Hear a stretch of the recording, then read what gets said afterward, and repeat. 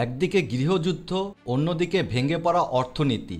তাই দুবেলা দুমুঠো খাবার জোগাতে ও পেটের জ্বালা নিবারণে অনেকেই বেছে নিচ্ছেন বেআইনি পথ। বাদ নেই মহিলা চিকিৎসক ও নার্স। সংসারের জন্য দেহ ব্যবসায় নেমেছেন চিকিৎসকদের একাংশ।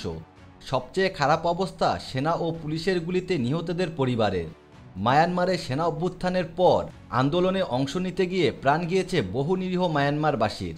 তাদের স্ত্রী বা মেয়েদের ঘরের শেষ সম্বলটুকু পর্যন্ত বিক্রি করে দিতে হয়েছে।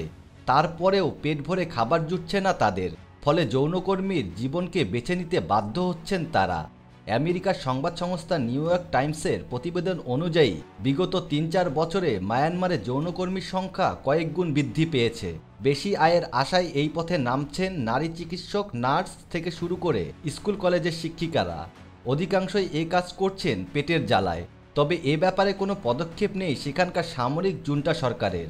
ঘরোয়া কোন্দল আর কোভিডের আঘাতে গত ৩ বছরে হু হু করে নেমেছে অর্থনীতির সূচক। মুদ্রাস্ফীতির হার বাড়তে বাড়তে পৌঁছে গিয়েছে ২৬%। ফলে বাজারে আগুন দামে বিক্রি হচ্ছে নিত্য প্রয়োজনীয় সামগ্রী।